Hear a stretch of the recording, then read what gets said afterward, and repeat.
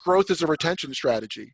Like Yeah. how can you really hire Yeah. people that want to kick ass and they come in, they kick ass for clients for 3, 4 years. And then you're like, well, I don't want to grow enough to create a new division or a new thing that you might be able to run. Like, it kind of, to me, growth is a retention strategy.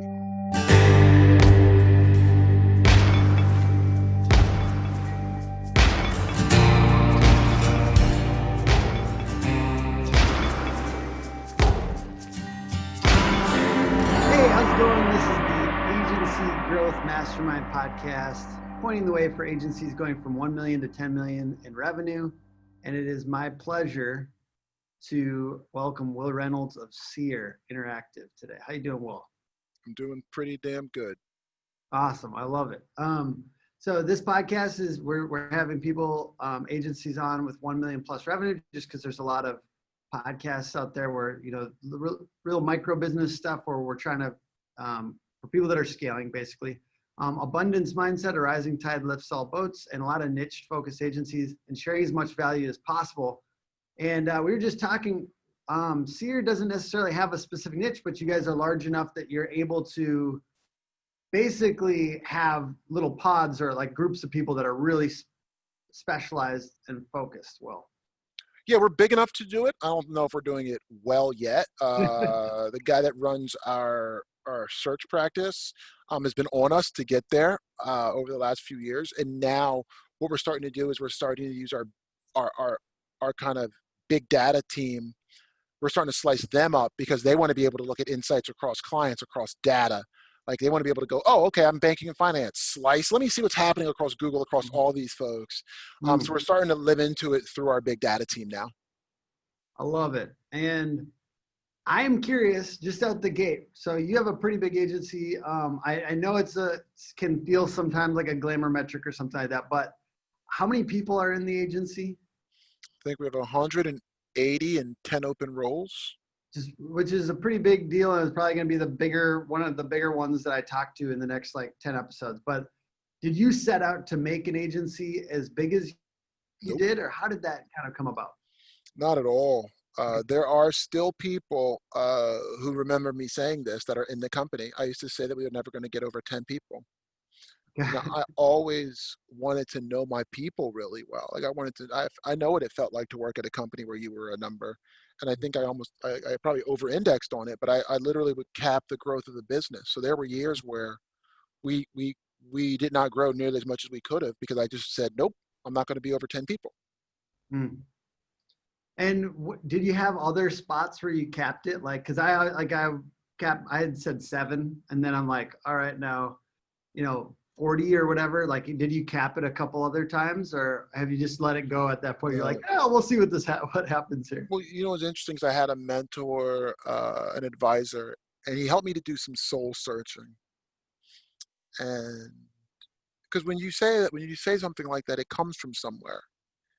And he saw a conflict in that. And what he said to me is he goes, all right, well, when you get to, he's like, you keep he's like, you're addicted to talent. He's like, anytime you see a talented person, you're turning away so much business that there's enough business out there for you to take them. And he's like, I'm watching you go from 10 to 11 to 12, but you're still out there telling the company that you want to stay small. And he's like, that's a mixed signal. And I was like, yeah, you're right. And he's like, so why do you keep doing this? And I was like, oh my God, I love, at the end of, us chatting a bunch of times, I was like, I love watching people grow. And one of the ways for people to grow is for the company to grow and for them to get new challenges inside of the company. Otherwise, you have people that might leave your company, not because you're not a great place to be, but maybe because there's no opportunities for growth and they're sick of doing the exact same thing every day for the last 7 or 8 years. That's good. No, that is certainly motivating to me too. And I mean, I'd like to hear a little bit about like, I know there's challenges, and feel free to share some of those too, but what's motivating about, where you're at now compared to, when you guys were half the size? Is there something that you find kind of that gets you excited about the scaling and the size? Sometimes it's the problems that we get to solve and the companies we get to work for for, you're like, okay, we need it to be of a certain size to be able to attract a company like this with this kind of a problem. Hmm. So that's always exciting. The other thing that's exciting about being this size and being profitable um, is that we have a lot of runway to be able to innovate. And that's, I get to figure out how to build the next new thing without having to be like, well, how am I going to cover payroll if I invest, Mm. half $1 million in a massive set of in a data infrastructure project for Seer, you know. So I think that that being this size provides a certain amount of stability. No one client coming or going is going to rock our ship too much. And it's just provided more opportunity for great team members. Like it just provides more and more opportunity for my team, which I find so much fun to watch somebody stay at Seer and grow at Seer because our growth continues to create new pockets for them, like new problems for them to go solve. Mm. That's awesome. I like that mindset. Well, it's It's growth is a retention strategy. Like yeah, how can you really hire people that want to kick ass and they come in, they kick ass for clients for 3-4 years, and then you're like, well, I don't want to grow enough to create a new division or a new thing that you might be able to run. Like, to me, growth is a retention strategy. that's good. I like that a lot.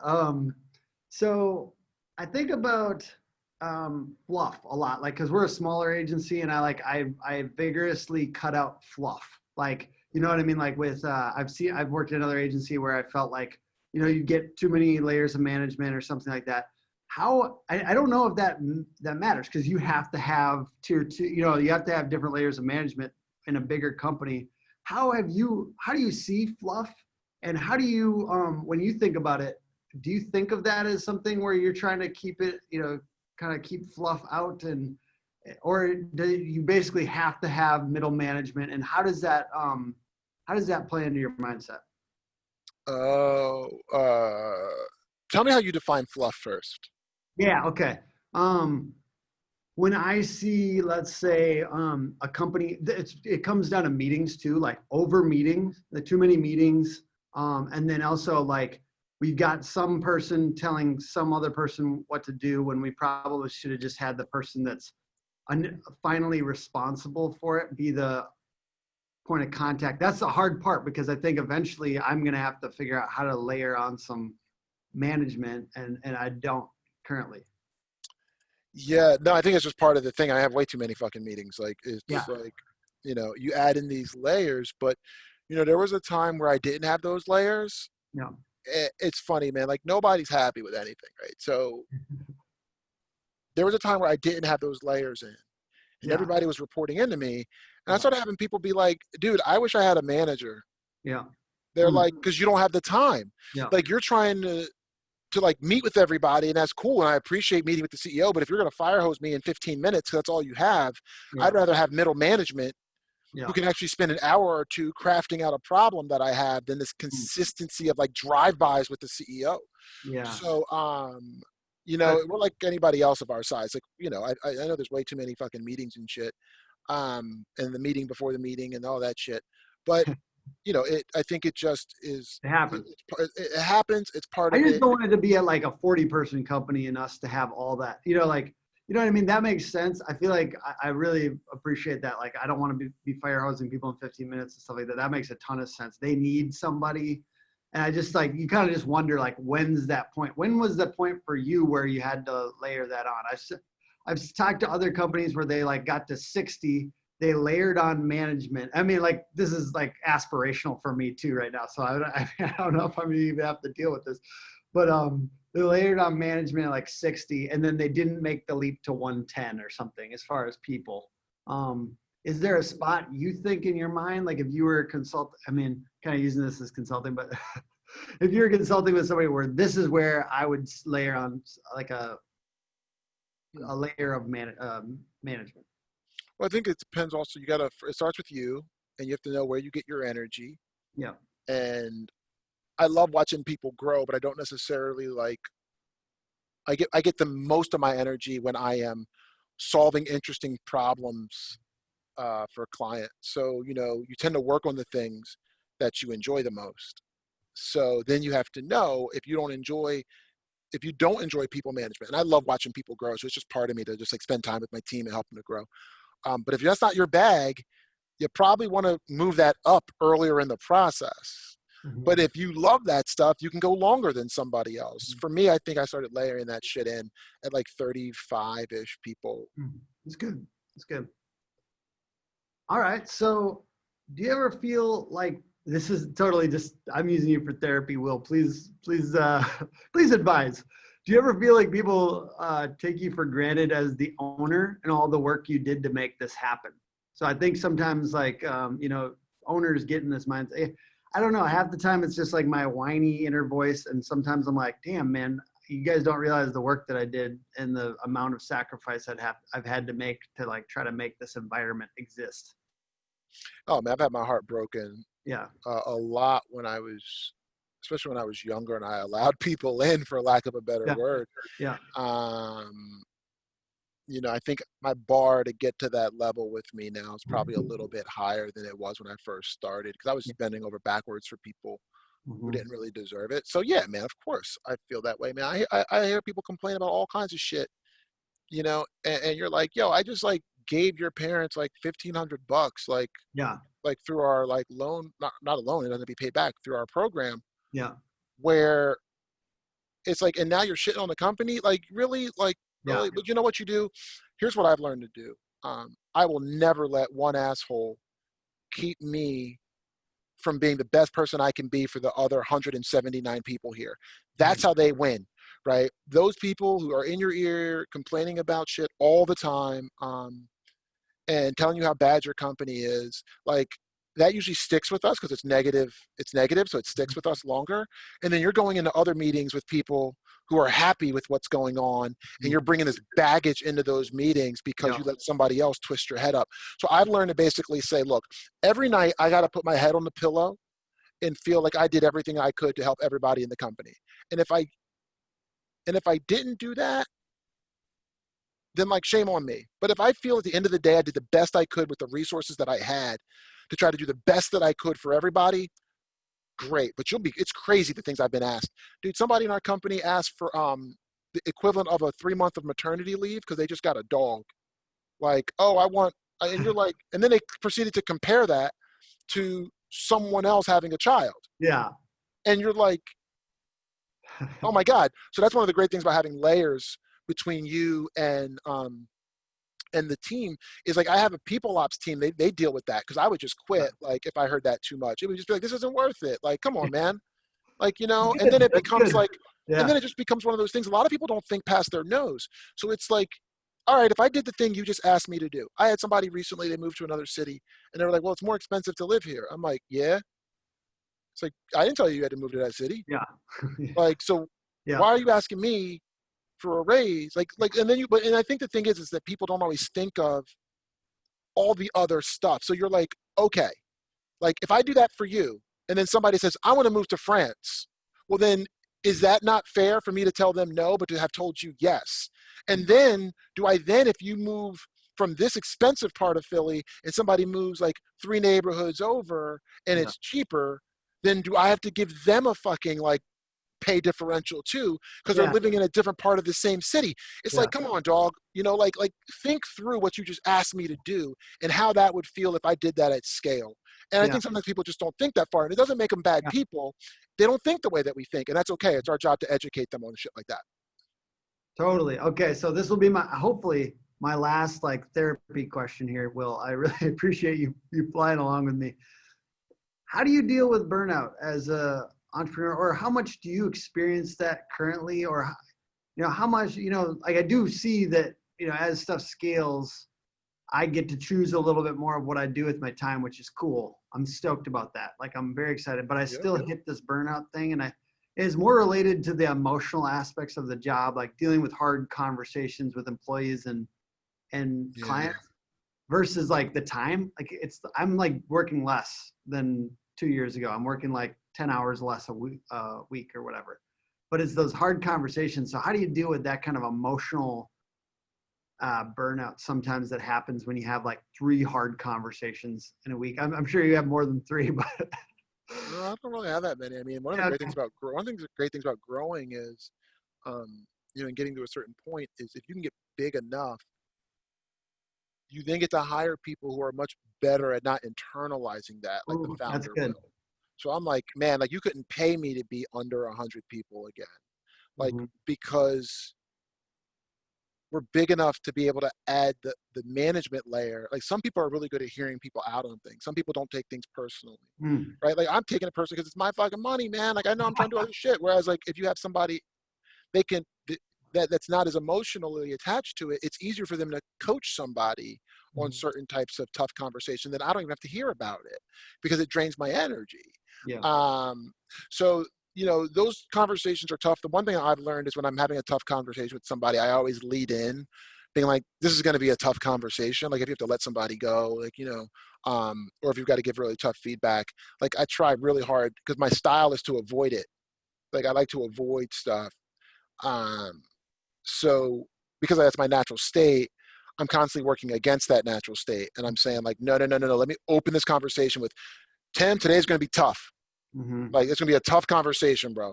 And by opening it up like that, it keeps me from trying to do that tap dance for the first 5 minutes. Like, oh, how are you doing? Like, Yeah. nope, we're not going to talk about that No today. one Today's likes going to be a that tough vibe anyways, like when you come in nice and then you have to be a hard ass.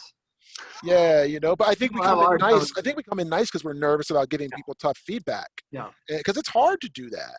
Mhm. But broadly, I don't really experience burnout. Like it's weird. Like I just recorded a video and sent it to the team about like how I'm trying to improve my empathy around what burnout is like Yeah. because my brain has always been one that's been wired Hmm. to basically outwork everybody. Yeah. And like so for me, I've never hit that wall. I've hit walls before in my career, trust me, but Mhm. not one where like I felt burnt out and was like I've never in my life needed to take a break from Yeah. work. Like never. And I think I that think I sensed that from you too. I guess I was curious around that. Just I just um I don't know. I guess I'm blessed. Like I just have never run into that. that's But that awesome. also makes me a bad manager in the sense of, like I don't have as much empathy for that. So therefore I need to learn about that more so that I can be a stronger advocate for my team members. That's good.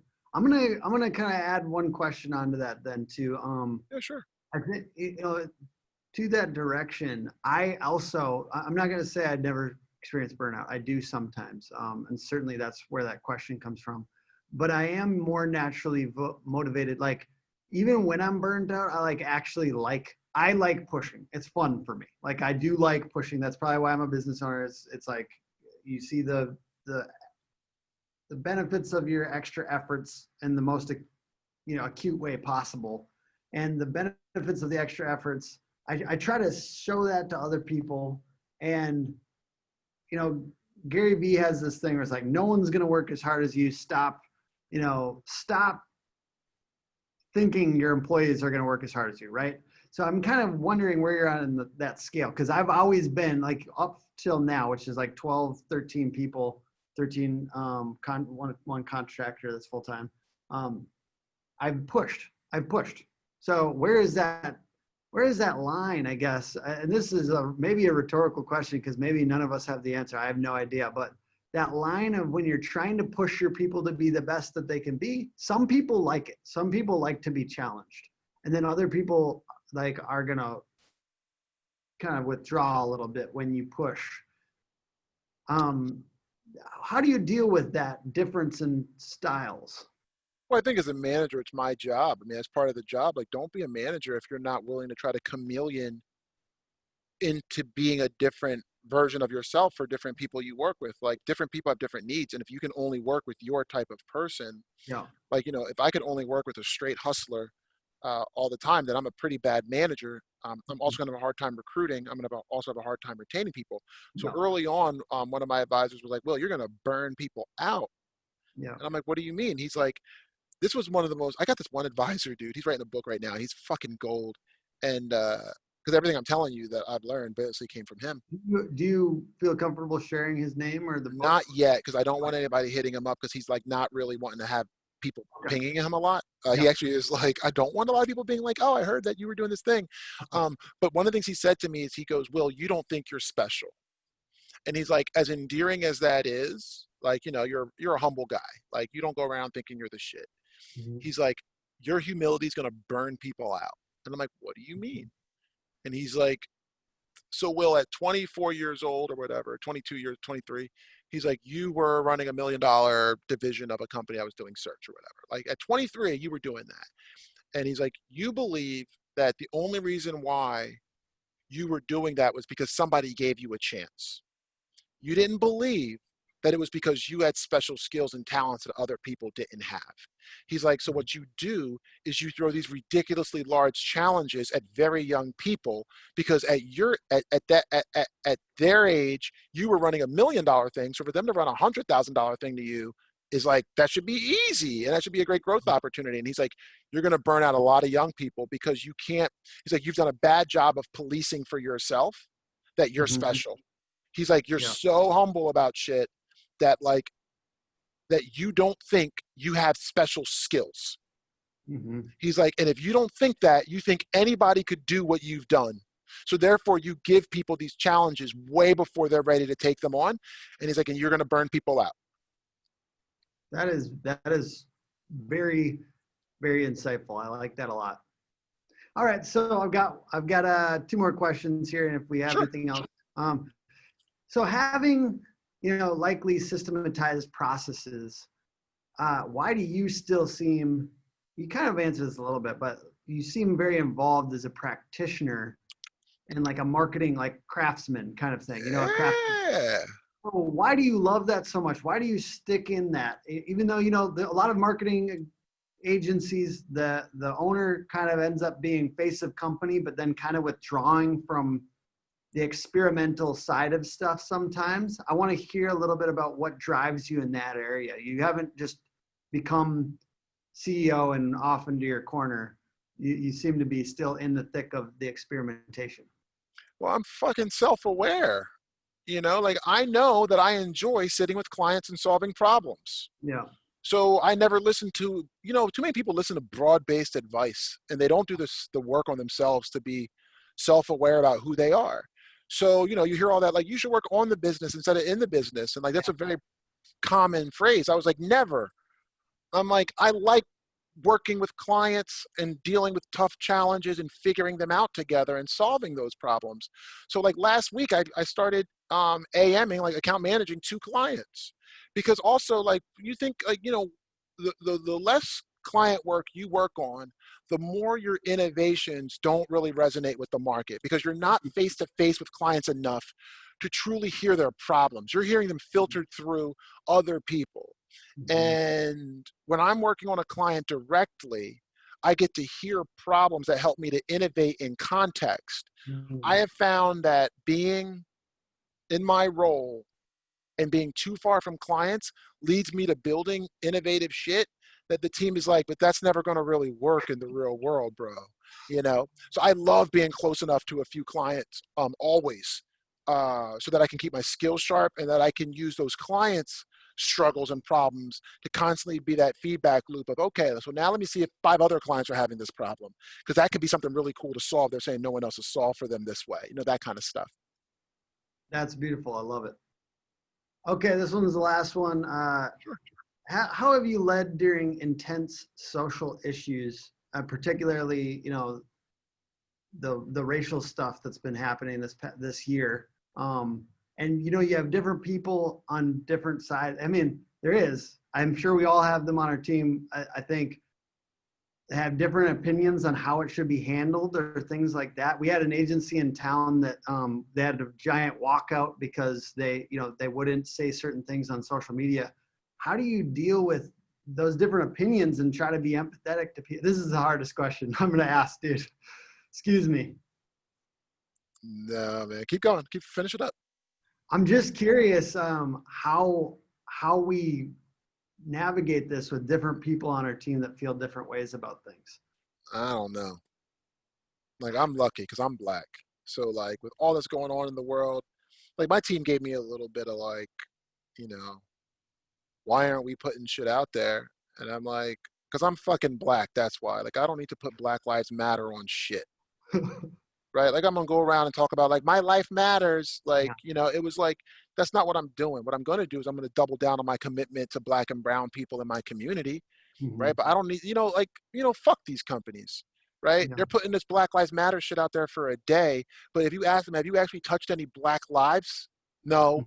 Right. You go back to your same fucking cul-de-sac in the same place you live and your same comfortable shit, putting up your little black square. Like, why don't you actually go into the fucking hood somewhere and work with some real fucking kids who need some fucking Yeah. help? No, but Yeah. it's phony shit. So Yeah. you're gonna walk out you're gonna walk out on your company owner, like that's your call to make. Like I don't care, but like walking out is weak. Mhm. Walking out is weak. Quit. Because what you're saying is, oh, today I don't like what you're doing enough. I want you to know it. It's like, well, you know what's going to make them? Because what are you going to do? What are you going to do tomorrow? You're going to walk in those same doors and go work for that same motherfucker, right? Yeah. So it's like, don't fucking tell me you did shit because you walked out for a day and then they made a Juneteenth holiday. Yeah. Like that's nothing, right? It's pandering. It's Yeah. like, go work with some real black and brown kids who need mentors and people to help them, and for them to talk to. Like, go put in the work. Otherwise, it's just social media bullshit to keep your team happy so they think you're doing something. Obviously, as you can tell, That feels real to me. I'm sorry, but yes, I'm one of those. We put up the black square and we're trying to do that stuff. I mean, we did volunteer and whatever else, but make it certainly part of your, I like, feel every challenged week, by that in a every good way. day, every Yeah. month. Like, because when your black square isn't posted, I'm still black. When your black square Yeah. is, you did it one day, the next day black people are still getting pulled over at disproportional rates and being treated like shit by the cops. So it's Mhm. like this is systemic racial issues and social justice issues that we have going on right now. They don't go away because one day you posted one thing. So Yeah. my challenge to all my friends is like, yo, like, that's a good start, but like, are you actually doing anything? Like I can, like, yesterday in the middle of my work day, I'm billed out at a whole lot of money. Like, it doesn't make sense for me in the middle of my day to spend an hour and a half with like 7 kids. I think I spent yesterday with 8 kids. I think 1 or 2 might have been Hispanic. I can't tell, right? But like the rest were black.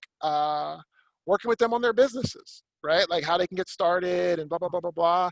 And like the messages I got back were insane, and that keeps me going, right? Oh It yeah. keeps me going, So it's like, and I got to look at myself, Mhm. and remember to myself, like, all right, well, if you're that angry about this stuff, then like you need to do something, or otherwise you're just another person talking. Mhm. That's good. And I don't mean to make you school me too much on this, but I do appreciate you sharing with it because it's obviously something that a lot of companies are trying to figure out and be more cognizant I of. And wish more companies didn't say anything. yeah.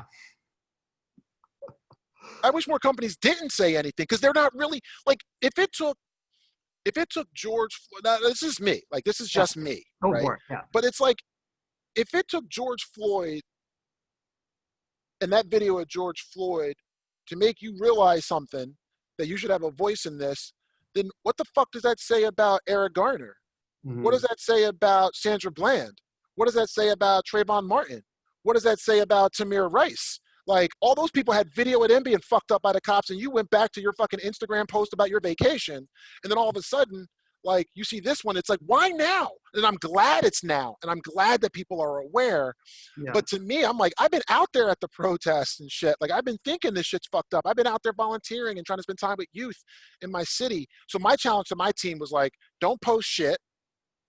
I have 50 different opportunities for you to work with kids in our city to Mhm. make things better and make real relationships with real people. That's what I want. Is I want our team members to be like, I'm so pissed about what's going on in our society that I'm glad to work at a company that will let me leave in the middle of my workday to go volunteer with kids, or to take time off to be a big brother in the middle of the workday. Like, that's what I want for my team to do, because that's how we start to change things. So yeah, I mean, for me, if a team member, I'm like, thanks for the support on the black square, but like, man, next time I bring in a bunch of kids here for mentoring, like, I really hope that you're going to be involved with that, because those kids need to see how to act in a corporate setting. Maybe someday it'll inspire them to get a different type of job or whatever.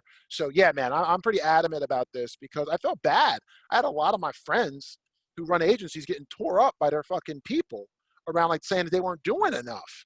And I'm like, damn, like, it's crazy, bro. Like I literally had a friend who did a whole thing that he invited me to that I couldn't make it to a year and a half ago around black folks in digital, right? A year and a half ago. So this is way before all this shit.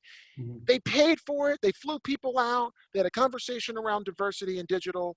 And then his team members were blowing him up after like they didn't say enough. I'm like, this guy's been putting in the work well before you realized that racism was a thing still, just because we had a black president, like at some point, like this guy's been putting in the work. And it just was so personal to me, Tim, that so many of my friends who run agencies who are white, mostly men, how shit on some of them got by their teams. And I was like, but you're like really trying to you're trying to help. I know these people have been trying to help and solve these problems. So I've been pretty fired up about that. I've been pretty fired up about that because I saw a lot of my friends get shit on by their team members. Yeah, I hope you understand me I understand it's a little bit of like it's one of those conversations where I don't want you to have to like educate me or anything like that. But I do. That's also bullshit. That's also bullshit. I can't say to you, I can't. The amount of fucking black folks right now saying like, well, I shouldn't have to be the person who educates you. It's like, well, then how the fuck are people who are trying to get educated going to get educated? Yeah. Like if I say, you need to know more about whatever, here's a book. It's like, or maybe I should be willing to talk to you for 10 minutes. Right. So no, man, it's not like that at all for me. Anytime I've been talking to more white dudes. I talked to some white dude today. I talked to a white dude 2 days ago. And for all the white dudes out there, all the white dudes, talk to me because I think if you're trying, then how can I turn my back on you? Like, and tell you that it's not my job to have to educate you. I'm not saying it's my job to do it, but I'm more than willing to chat with anybody about these topics. Because, man, a lot of people are trying to do good stuff. And the last thing you want to do is turn your back on them and be like, so what do you want you to do? Go back to the old way things were before? Like, no, I'm glad that you're aware of these things. And I want people to always feel comfortable hitting me up. Dude, I appreciate it. And what I will say is just lastly, just know it's one of those things with on social media and stuff like that. We don't always know everybody that's watching us all the time, right? People don't always like your thing or share your thing, but you might be making a positive impact in people's lives that you're not fully conscious of all the time. So I just want to say thank you for that. Thank you for your empathetic leadership and the stuff you share on LinkedIn in particular. Our team watches you guys and just says like, look at that. That's an example of a company that's really trying and doing things the right way. So I just want you to know that. I appreciate that very much, man. No, I appreciate it, brother. Anytime I can help or jump on another one of these chats, let me know. Thank you. And this has been the Agency Growth Mastermind, and we are helping agencies that are going from 1 to 10 million in revenue, sharing as much value as we possibly can. This has been Wil Reynolds. Hey, is there anything you'd like people to go check out of your stuff right now? Or No. Okay. Nothing. Okay. But I got one tip for you. Yes, sir. I never let a client be more than 12% of my revenue. And I said that before I was even at $1 million. I said that.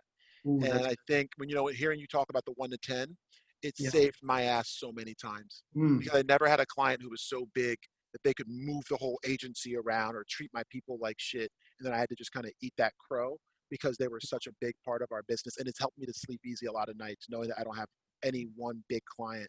And the few times we would land a big deal that would go over 12%, we almost wouldn't even celebrate it until we got them down below 12% by closing some other big deals. That's awesome. I love that very much. Is there any other final tidbits you'd offer to those guys going 1 to 10? That's the only thing I could think of. All right. I love that very much. Have a good one, everyone.